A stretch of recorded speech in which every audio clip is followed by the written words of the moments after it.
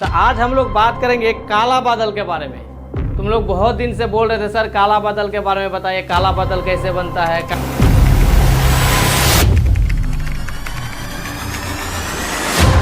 काला बादल क्यों होता है। हम लोग तो सफ़ेद भी बादल देखे हैं और काला भी बादल देखे, लेकिन सफ़ेद बादल के बारे में जानते हैं लेकिन काला बादल के बारे में नहीं जानते। काला बादल क्यों बनता है।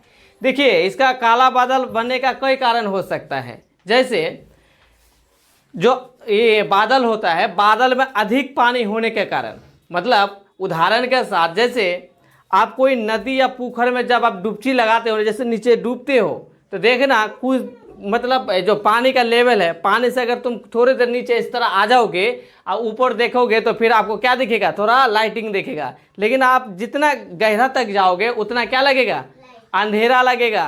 देखना जितना नीचे जाओगे पानी के नीचे उतना क्या लगेगा, अंधेरा लगेगा। अच्छा, क्यों अंधेरा लगेगा बोलो तो, वो घना होता है। घना मतलब आप ज़्यादा नीचे हो जाते हो, ठीक है। तो प्रकाश क्या होता है, ऊपर दिखता नहीं। लेकिन तुम देखना पानी का लेवल से थोड़ा नीचे होकर देखना, ऊपर की तरह आँख खोल के आपको ऊपर सफ़ेद सफ़ेद दिखेगा, ठीक है, लाइटिंग दिखेगा। इसी तरह अगर बादल में अधिक पानी होने का कारण बादल काला दिखते हैं। मैंने क्या बोला, बादल काला होने का अनेक कारण है, ठीक है।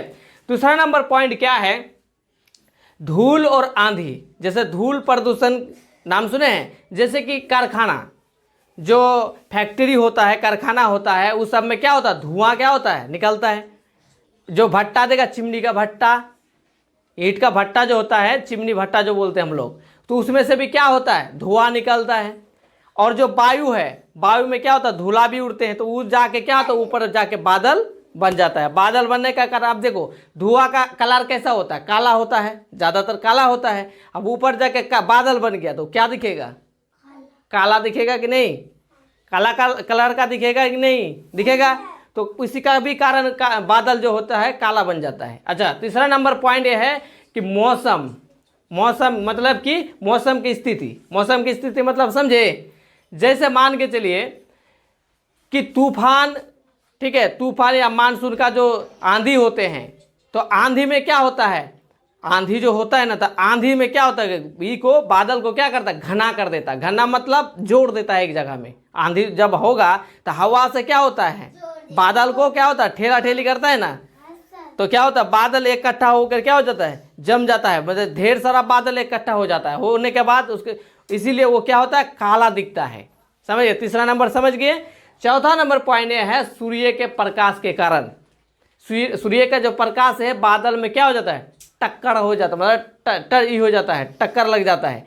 टक्कर लगने के कारण जो सूर्य का प्रकाश है वो क्या होता है, चारों बगल छिटा जाता है। मान के चलिए उदाहरण के साथ, तुम इस साइड में हो, बादल इस साइड में है और सूर्य इस साइड में है। अगर सूर्य का प्रकाश इस तरह पड़ेगा और आप तुम इधर रहोगे तो इधर से क्या दिखेगा, काला दिखेगा। अगर इधर रहोगे तो काला दिखेगा, और इधर से सूर्य का प्रकाश आ रहा है ना, और इधर अगर आप रहोगे तो क्या दिखेगा, काला। अगर मान के चलिए आप इस साइड में हो और सूर्य का प्रकाश भी इस तरफ पड़ रहा है तो आपको क्या दिखेगा, सफ़ेद, क्योंकि आप बादल का आगे हैं और सूर्य आपका पीछे है। तो सूर्य का प्रकाश पड़ रहा है तो क्या होगा, सफ़ेद दिखेगा।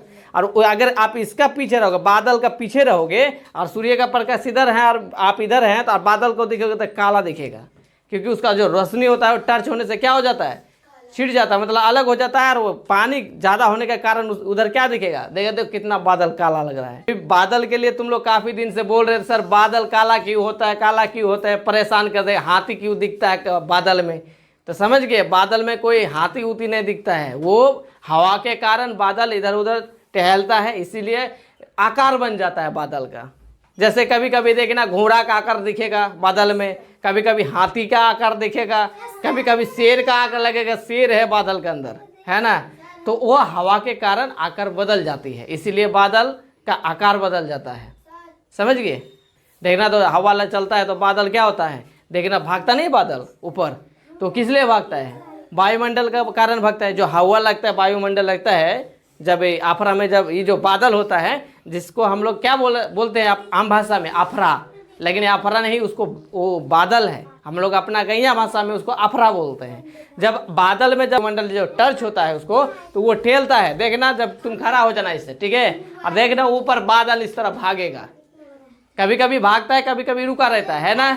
जो बादल नीचे रहता है वो भागता है, और जो बहुत ऊंचा में रहता है वो कम भागता है। समझ गए? ये भी कारण है। समझ में आ रहा पूरा कॉन्सेप्ट? बादल काला क्यों हुआ, काला क्यों होता है, इसके बारे में समझ गए ना।